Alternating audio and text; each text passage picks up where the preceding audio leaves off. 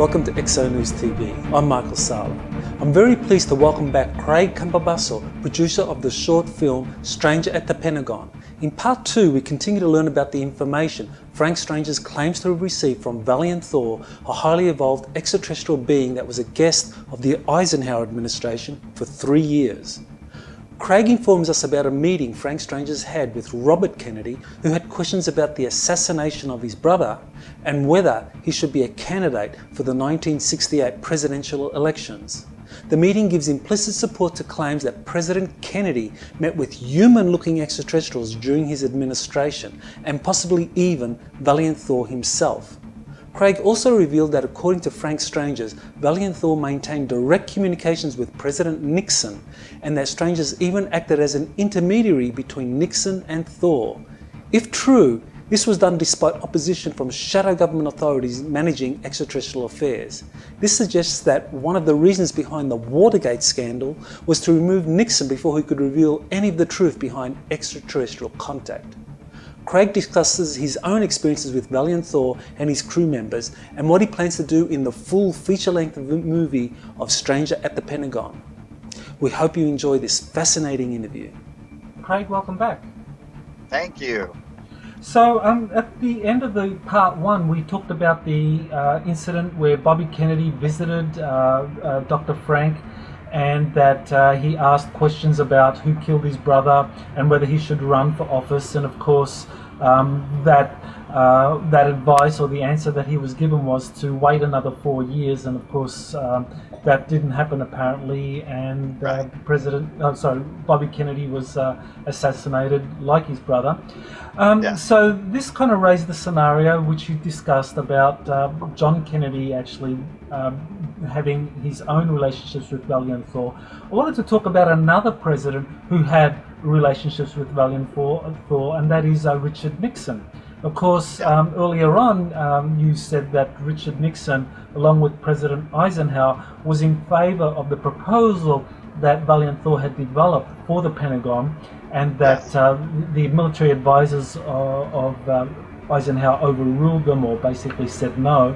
So what happens now? President Nixon gets elected in 1968, becomes president shortly, not that long after Robert Kennedy is assassinated. So now we have a new president, President Nixon, who knows about Valiant Thor, that probably knew what happened to the Kennedy brothers. So can you tell us a little bit, or whatever Frank Stranges told you about Richard Nixon? He said that he did continue his friendship with him, and that Nixon did seek out his advice from time to time. And that's pretty much all I know about that. But when it came to Watergate, Dr. Frank said that Valiant said he didn't do anything differently than any other president. He's just the one that got caught. Yes, it's often like that. Yeah. The one who gets caught is the one that kind of gets really kind of taken to town. But you mentioned that Nixon sought out his advice. Whose advice are you talking about? Dr. Frank? Valiant Thor. Valiant yes, Thor. Valiant Thor's advice. Yeah, Dr. Frank said that they did continue their friendship. I don't know if it was a weekly friendship, sometimes friendship, or sporadic phone calls, but that they did stay in communication. Okay, so basically, somehow Valiant Thor and President Nixon maintained communications independently of whatever it was Frank Stranges had relationship with Valiant Thor. That there was a direct communication between Thor and Nixon here. That's what we're saying existed. I believe so, and I do know that sometimes Dr. Frank was the conduit to make those things happen as well. Okay, so we have both situations. So basically, throughout the Nixon administration, what we have then is Nixon being advised from Valiant Thor on various policies, and at the same time we have these agreements between the presidential administration or the secret government, Majestic 12 and so forth, with grey extraterrestrials and reptilians. So it seems that it's possible that what we have is Nixon seeking counsel from one group of extraterrestrials that he trusted, while at the same time the real power behind the throne was this secret government who was working with another group of extraterrestrials, the Greys. Right. Seems to be. Yeah. And that would give us a kind of answer to what it was that Nixon was doing that was a threat to the powers that be, to the secret government, that Watergate, that Nixon was actually set up. And in fact, there was a book called, a book written by Roger Stone, who's a long-term Nixon supporter and advisor, who actually says that Nixon was deliberately set up by the CIA to get caught through the through the Watergate tapings. So this was a setup, and it would make sense that actually the CIA was working with Majestic 12, with the secret government, to set Nixon up, because Nixon was communicating with these positive, human-looking extraterrestrials. Yes. That's a fascinating scenario, and of course we don't know anything more than what Dr. Frank said, that Nixon continued his communications with Valiant Thor throughout his administration, right up until the end. Yes, and I don't know what conversations took place or how any of that was, but the information that you just said that you read in the book is fascinating. I hadn't heard that till we had discussed that the other day. Well, it kind of makes sense that any president that gets hit by a missile, or there's an attempt to assassinate them, that's likely because somehow they displease the secret government, the power behind the throne. Right. Okay, so so that kind of really brings to a close the relationship between Valiant Thor with presidents.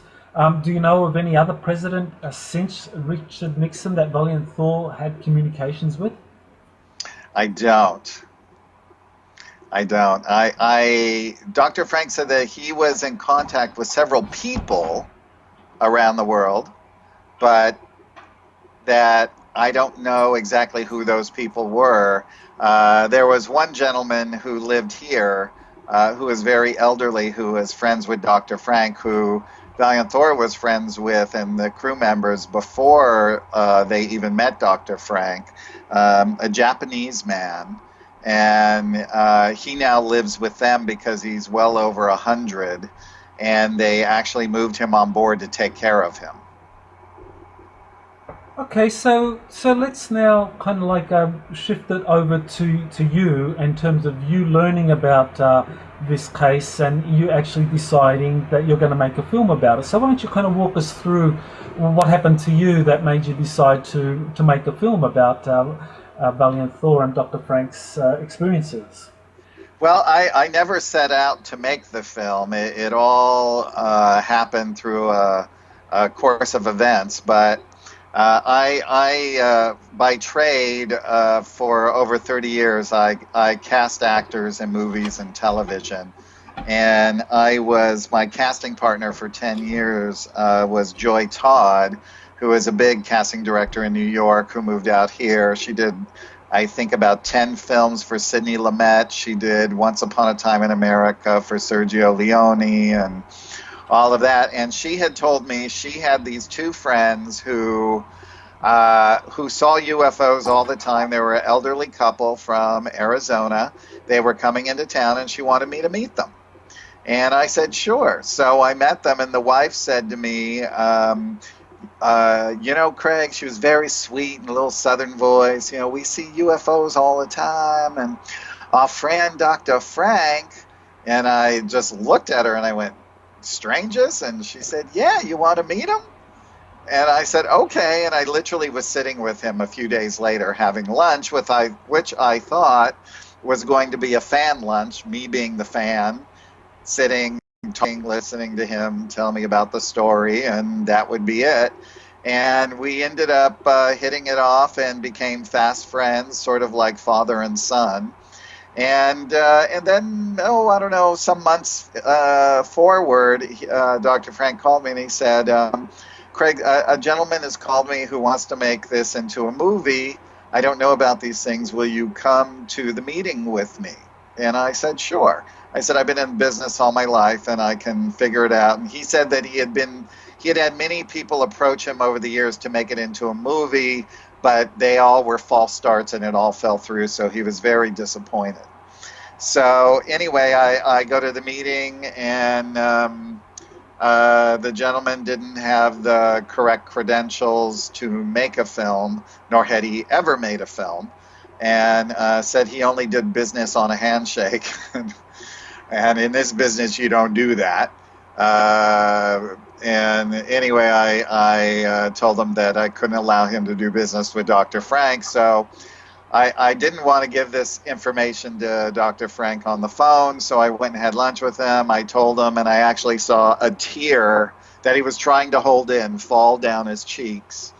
And I tried to explain to him that it's very difficult to make a movie out of a book of vignettes of stories.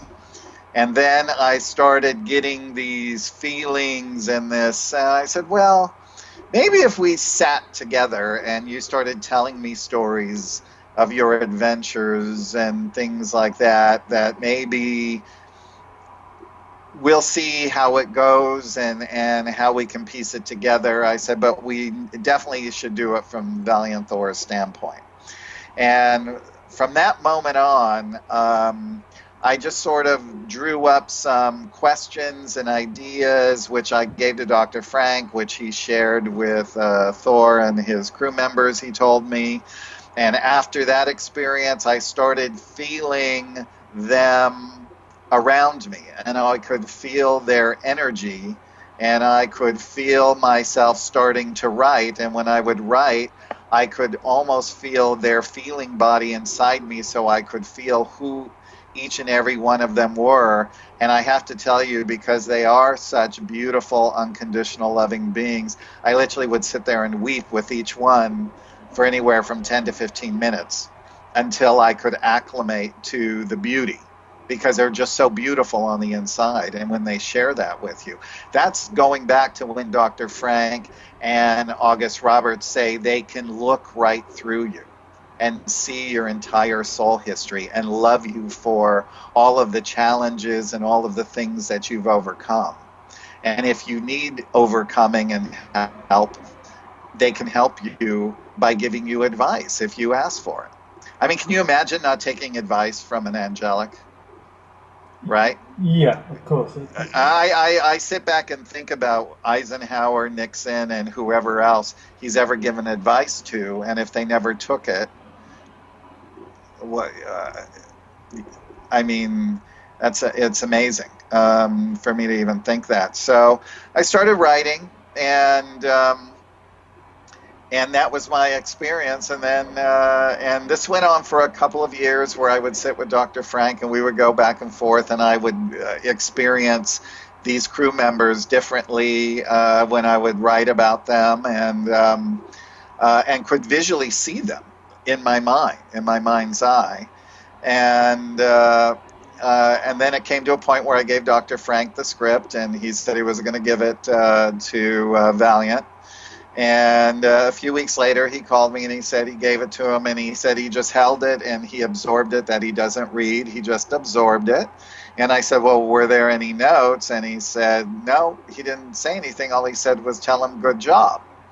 And I said, really? No notes? And he said, no. And I said, okay. And so the next morning I woke up and I had notes swimming in my head like the rings of Saturn going around, and I had to get to the computer thing out. And that was the process over the next year of bringing the script up to a state that was more presentable, until the day that he said, tell him this one will fly. And then we lost Dr. Frank, as you know, in 2008 in November. as when he passed away, and he had fallen in his house and broke a bone in his neck. And when I met him, he was going through a crisis where he had had several operations. They had to open up his sternum several times, and he kept getting he had heart surgery, and his sternum kept getting infected. So they had to keep opening it up and doing that. And now that I look back in hindsight, I really believe that Dr. Frank would have really left the planet way back when I met him. But my feeling is that they kept him alive for me to be with him, to get all the information and to do the script. And when it was all done is when he left the planet. You see, and he was 81. That is just my own feeling on it. When I sort of look back in hindsight, because my last, he was in his room in a hospital bed at home in the last days. He got cephalitis and died instantly. But I spoke to him earlier that night on the phone. Somebody had to hold the phone here. He had a caretaker. He had one of those metal things on his head, you know, that keeps your neck straight. So it's very heavy and uncomfortable. And he actually was crying, and he said, "Please don't ever forget me, brother," just like that. So just in terms of how the stories, the narrations that Dr. Frank was telling you, how that translated into the book. You say that basically he was telling you all of these stories, vignettes, fleshing out what he described in the book, Stranger at the Pentagon. And I assume you're just taking notes, recording all of this. And then after that meeting with the potential movie producer fell through, then you decide you're going to write the script. And so you sit down and you start writing, and then you start having experiences kind of with Valiant Thor and other members of his crew. So was the actual writing action, you know, you're sitting down, you're starting to write, was that how at some kind of spiritual level, emotional level, you kind of open up and then they make a connection? So they're kind of like collaborating with you. It was a form of automatic writing which was coming from their consciousness. Yes, I totally was removed from that. So a lot of people now say, you know, here is the most interesting part of this entire project and I'm talking about the feature-length film, is that everybody says, well, is all of this true? And I say, well, the storyline that I know, Valiant Thor coming and being at the Pentagon and the stories that Dr. Frank told me, yeah. But in the automatic writing, that was far removed from that. That was far removed from that, and here I am writing it. So it's coming from their standpoint. So I can't really confirm or deny what parts are and what parts aren't. Of course, at the end, I take some dramatic license. You have to in a film. So in the big feature, we are saying it's inspired by a true story.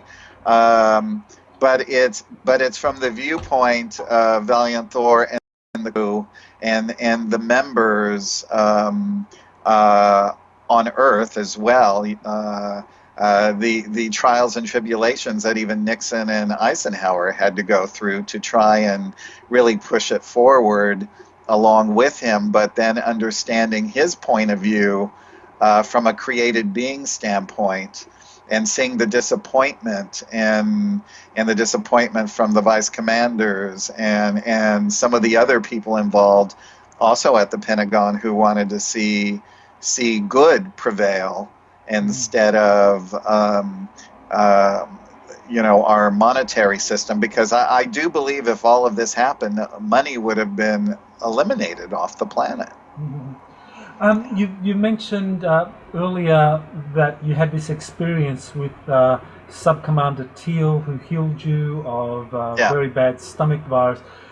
You also have told me that you had an experience with Valiant Thor at your home, where you felt his energy signature, and that was in 2001, which I assume is Yes. around when all of this began, when you met with Frank Stranges and started having these kind of experiences. Yes. Yes, well, that was before I met Dr. Frank. So I moved into my condo, and when I set up the couches, and you have to remember this is 2001, I read the book in the 80s. I hadn't really thought about that book, but periodically I would think about that picture about Valiant Thor, or I may have been in the Bodhi tree and saw the picture on the wall, or been somewhere where I saw it, and or if somebody showed it to me in a book, you know how those things happen periodically.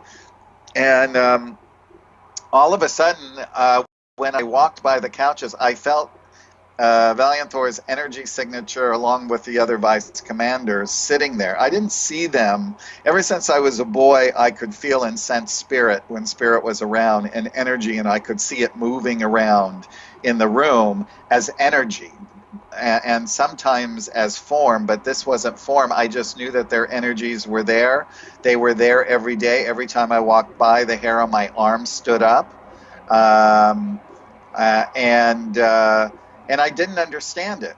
But then you flash forward a few months later, then we go back into the story with my casting partner, who brings me her two friends who connect me to Dr. Frank, who connects me to this gentleman who wants to make the movie, who then I become the one who becomes the facilitator in doing this film. It wasn't something, like I said, I sought out to do, but I think all of these interconnections were there because of my I had a major spiritual awakening when I was 26, and I'm 27 now.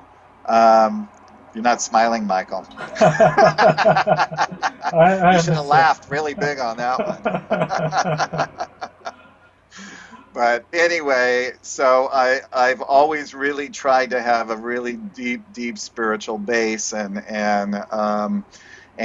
learn from all my lessons, and really try and understand what unconditional love is, and understanding that it wasn't just about things that were going on in my life. How could I make things right with everybody involved in some kind of situation that would benefit everyone if it was in a longer timeline? Because in my earlier days, I wanted to fix everything, put it on a shelf, and be done with it. But I was only healing myself. I wasn't along for the ride. And so all of these things I became to understand learning from unconditional love, and that it's really about the whole, and it's about all of our heart interconnections and everything like that. So I really do believe that's what happened. On the very first day that I started to write the script, I had a dream with Valiant Thor that night. I heard him talk to me. Dr. Frank always told me that he had a strong yet melodic and a soft voice all in one. It was like rich, smooth velvet, like a melt-away chocolate in your mouth, that it was so resonant that your aura would ring with joy when you heard his voice. And I got to hear his voice, and all he did was show me the path of the film, and that how they were moving obstacles and things out of the way for it to be done, and I felt that their presence would be there, helping and assisting all the way through. So when we lost Dr. Frank, I shelved it. I just figured it just wasn't meant to be, and then throughout the years, I worked on Sky Captain and the World of Tomorrow as one of the casting directors, and I worked on another film called The Perfect Host. That producer did the Saw movies. Those films made a short film that accompanied their business plan, their feature-length film, and their budget, which I have all together. And what they did is that short film then went out to the investors along with the entire package. They got to see the potential of it, and those films got independently financed that way. So I woke up one morning and I felt this amazing inspiration to make a short film. And I started that journey. I raised, I think, like $6,000, which equated, after everybody got paid off on Kickstarter, to about 5,000. I started. I had one of my students. We were going to shoot it on a little Canon camera. We're going to do it like small. And I was like, God, it would be so great if we had a giant studio with a soundstage and where we could shoot. All of a sudden, one showed up, donated for free. I said, wouldn't it be great? I said, I can't get a red camera. I found a place that would give me a red camera, but I had to give them $10,000 for insurance. I have $10,000. So all of a sudden, a DP showed up with a red camera who said, I would be happy to shoot your short film. So everything I wanted showed up. Well, we even got James Cameron's visual effects coordinator to come and do our green screen and light it and do all of these things. So all these incredible people came on board. We even had our master tailor with the uniforms for the Victor 1 crew. I found out afterwards that he is the guy who designed and sewed the original Star Trek uniforms for their first movie.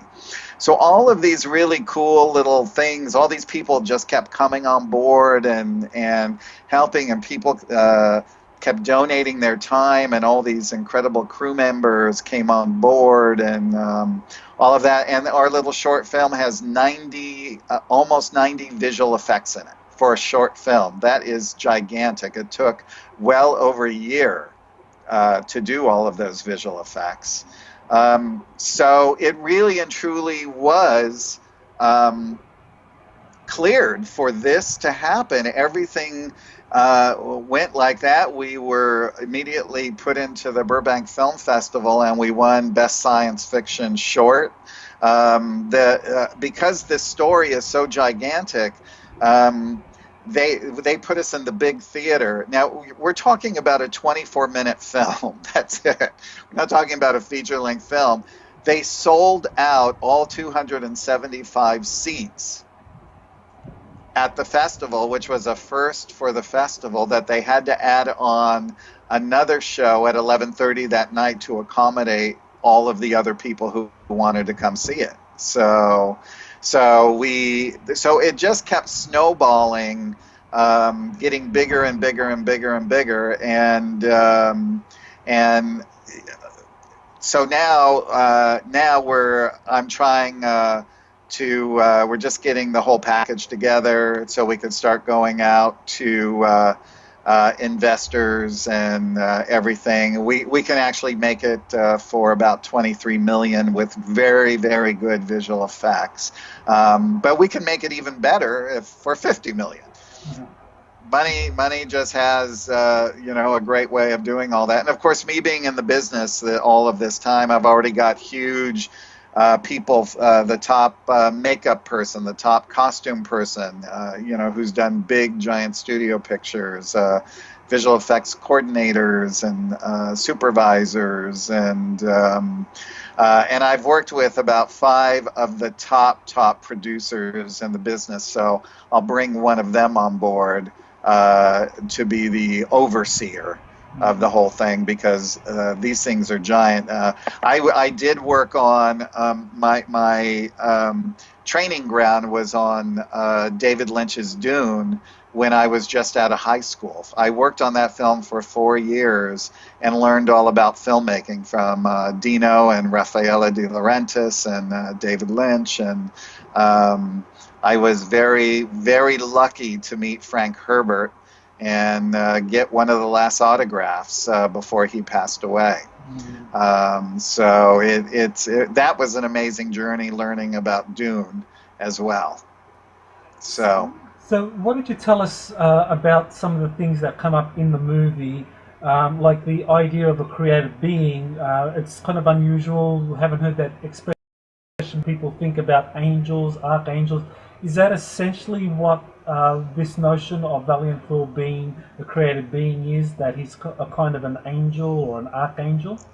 Well, we would look at them as angelics, and Dr. Frank always said that he would place him in the top echelon of angelics. Don't know where he actually fits in the tier of the angelic kingdom, because we do know that there are many tiers and levels, but with him being an overseer of everything that goes on here and has been for a long time, and from what Dr. Frank said, he will be here until the planet is completely transformed and joins universal society, so that everyone can be in oneness and unity and experience that, and peace will prevail on the planet. So I would say definitely yes. And from the other people that I spoke to, now the two people who introduced me to Dr. Frank actually met Valiant Thor in the 60s, and the wife actually saw him one other time in the 70s. And but they conversed with him, and they said that when he walked away, they were outside in a parking lot in Las Vegas, because the gentleman was one of the top numerologists, and he had a show there. So Dr. Frank went to see the show and sat with the wife. And now I'm not sure if Valiant Thor went to the show and saw it, but Dr. Frank said that the crew members have been known to go see shows in Las Vegas as well, and intermingle in the little town that's outside of Lake Mead as well. I'm not sure what that town's called, but I've been through it. You have to drive through it.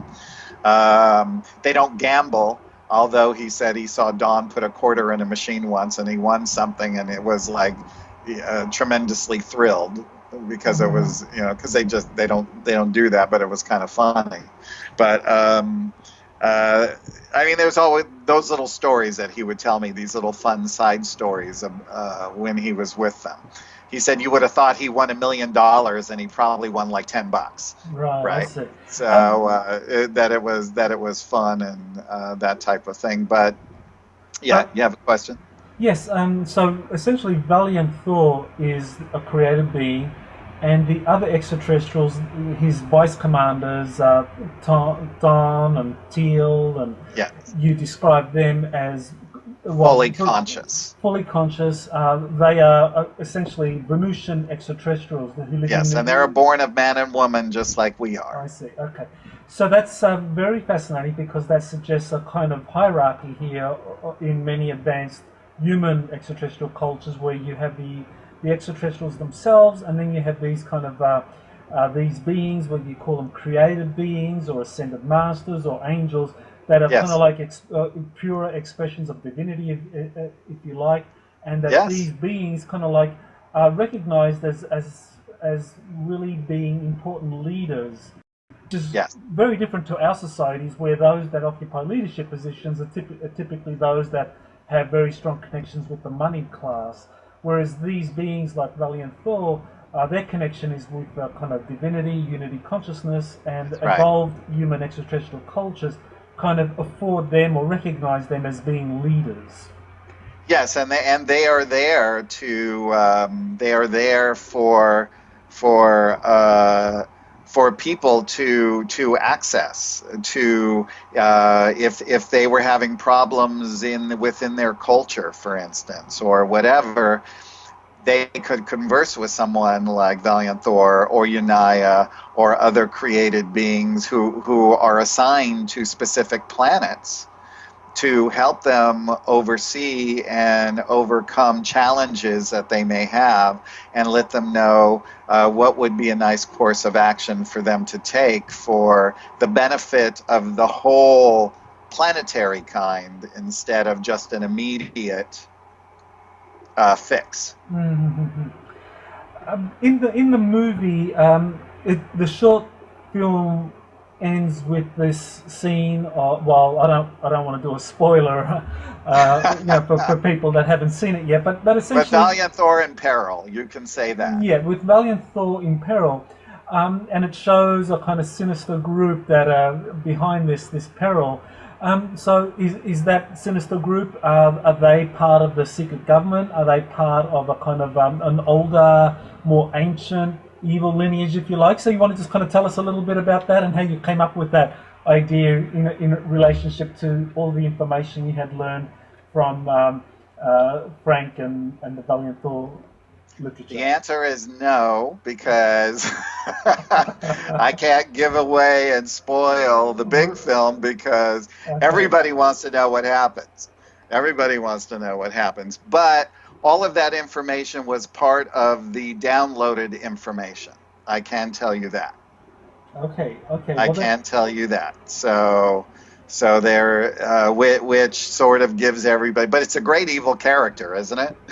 It is great, but I think it's kind of worth pointing out that I know you said that you do take dramatic license in there, but obviously beings or factions or groups that would arrange for the assassination of a sitting president in broad daylight, while he's being watched by the world, and we're talking about John F. Kennedy, of course, and then 5 years later arranged the assassination of his brother, who is at that point kind of all but sure to win the Democratic primary.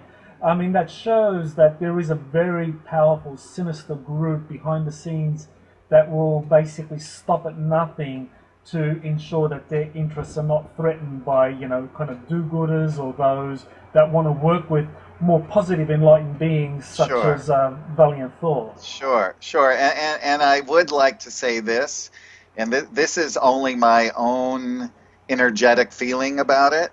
Like I told you, since I was a child, I've felt very like an empath, and being around this energy and their energies, even though it's just in a spiritual form, is that there are even offshoots of those evil things that went to the good and are actually helping to combat that as well, and that there are also good sectors and parts of the government and the military and secret sectors that are all for the good, to help try and right a lot of the wrongs, to help the healings and things move forward. So, because we can't sit here and we can't blame Eisenhower or people for a choice. The choice had been made. The only way that we're going to advance is to heal, all of us as a consciousness, is heal what happened, embrace it, and then move forward with our own advanced consciousness and bringing forth our own spirituality so that we become fully conscious. Because when we become fully conscious, all these negative races and things that have come here will not be able to stay here, because the consciousness waves, the consciousness will be so high they'll not be able to stay here. They'll actually go insane and they'll have to leave. That kind of raises a very interesting question about the timing of this short movie release, and of course the efforts to create a full feature version of this. Is the movie, the short, kind of like really something that's going to be a catalyst for opening up more people to the truth of some of the things we've been discussing? And is that also part of the kind of transformation we are seeing? Because there are many people who are talking about at this moment that we are witnessing a kind of behind-the-scenes civil war between white hats and black hats, and more white hats are kind of like exerting their influence, and more black hats are kind of defecting to the white hat side. So are we really witnessing a kind of monumental transition in our global society as well as American society? Yes, and I will tell you, people who have seen the short or read the book who knew nothing of this story literally came to me in tears and said, I had no idea that this planet was actually being looked after by beings of this intense light and love, that they were actually here caring for us, and we didn't even know it because they're so wrapped up in the dark stuff that goes on, being implanted by the news and all of that. I mean, I've never watched the news because all it does is it gets into your consciousness, and then you start to feel negative all the time. Mm-hmm. So if you can stay positive and you can just work on yourself spiritually and grow spiritually, that's how we're going to raise up the consciousness, so that everybody everybody starts working with their heart, and we can get back to love, peace, and unity. By the way, when I had my spiritual awakening, I was taken and taught by master teachers in my dream states, and I started writing all about it, and over 25 years I wrote a book, and both these books are out, and they correspond exactly, which is sort of what's happening with Stranger at the Pentagon. So Stranger at the Pentagon is sort of like a little entree to the big dinner, which are these books, because these books are the universal hierarchy in conjunction to raising consciousness on planet Earth of a program that comes out of Melchizedek and is raising everyone up. And we've seen, especially since the 70s, the consciousness has really raised considerably, and a lot of people are having a lot of spiritual awakenings that I know of. And in my circles, these books are called The Autobiography of an Extraterrestrial Saga.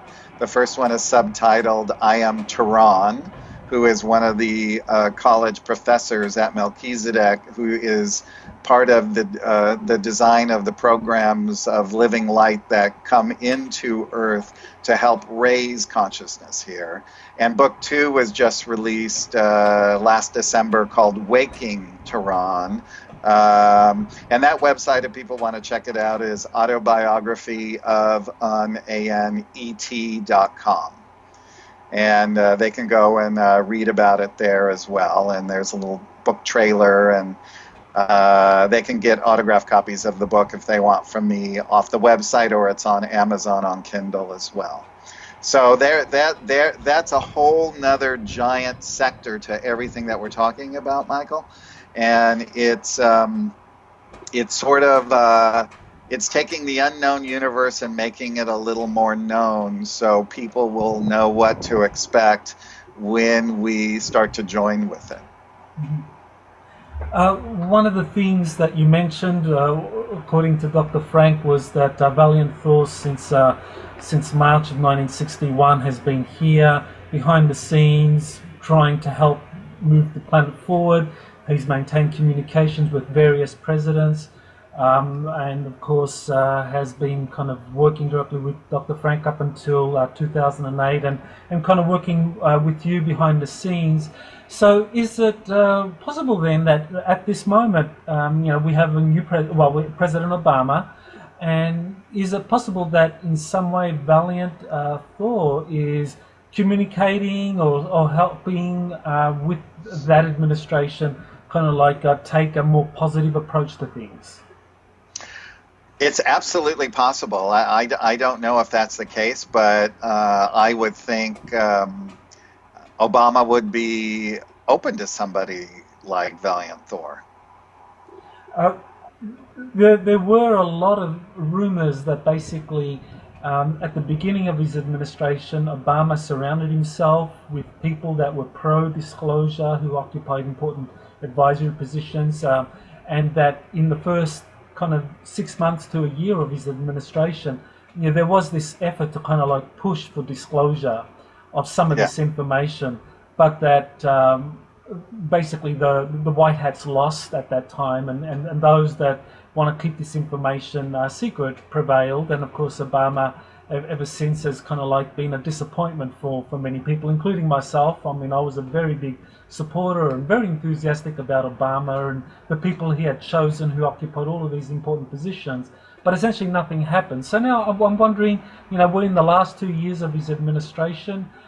We are at a kind of transition point in human history. Your film, The Short, is out. A feature length is going to be coming out. More and more people are kind of defecting from the dark side to the white hat side. So is it possible that sometime in the last 2 years of his administration, Obama can surprise us all with some kind of disclosure announcement? Well, I sort of have looked at this. I know Steve Bassett well, and all of his efforts throughout the years, everything that he's tried to do.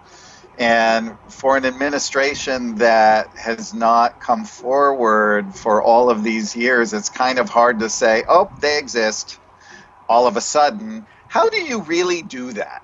And how do you do that it's going to benefit everybody in the world so that everybody doesn't say, I hate you, government, for concealing this lie, right?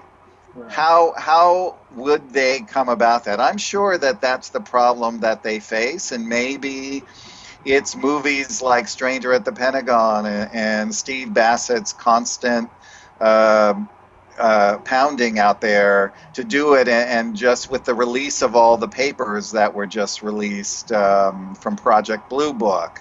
And that we know that there are several military people who are elderly who have gone on camera and told their stories about extraterrestrials, and when they pass, that these will go out into the public, and that there are many people that have already come out and spoken that we all know of, our astronauts, military officials, everything that went on when Steve Bassett held the disclosure hearings. All of this is out there. So really, in the big scheme of things, I have always tried, because I'm in the business and I also teach acting, you always look at both sides and try and understand where they're coming from. So really, if you were the government and you were the president and you were trying to hammer all of that out, what would be your case and how could you do it so you wouldn't have a backlash of people hating as well? But how could you do it that it would benefit the world instead of getting a bunch of hatred drawn towards you? So I think that's their dilemma, but maybe all of us doing these kinds of things, it's like I said, Hollywood will not make a movie like Stranger at the Pentagon. They would make him Captain America, right? And it would become something totally different. It wouldn't be a spiritual movie anymore. That's why I'm doing it. And that's why I will also direct the big feature film as well, is to keep those spiritual aspects and the actual point of view of Valiant Thor and the crew members and Eisenhower and Nixon. All of that is very important, that we keep that intact and not make it into a new Captain America type of thing. But maybe it's these kinds of movies, and when a movie like this if it becomes hugely successful, then Hollywood will make 1 million more just like it, with a spiritual message. I think it's very important to point out that your movie, Stranger in the Pentagon, it really is a pro-disclosure movie. It's not like a lot of the sci-fi movies that kind of take us into this fantasy realm or possible things, Captain America or Star Wars or Star Trek, and this kind of fictional world out there that kind of in a sense makes it possible for one day the government to say, oh, we've discovered life on Mars, or we've discovered life in some distant galaxy. How great! Now all of a sudden we know we're not alone. Answers are being given, and so now they can kind of embark on a brand new quest to discover about life out there. Your movie basically is a pro-disclosure movie because it says, hey, we've had contact in the 50s and this was not told to the people. a massive lie has been told to the people. That was wrong, and terrible things have happened. You know, not so much to President Eisenhower, but we know to the Kennedy brothers, and then Nixon was removed, and who knows what other things had happened. Marilyn Monroe, you know, her death, I don't think was accidental, and it was related to this too.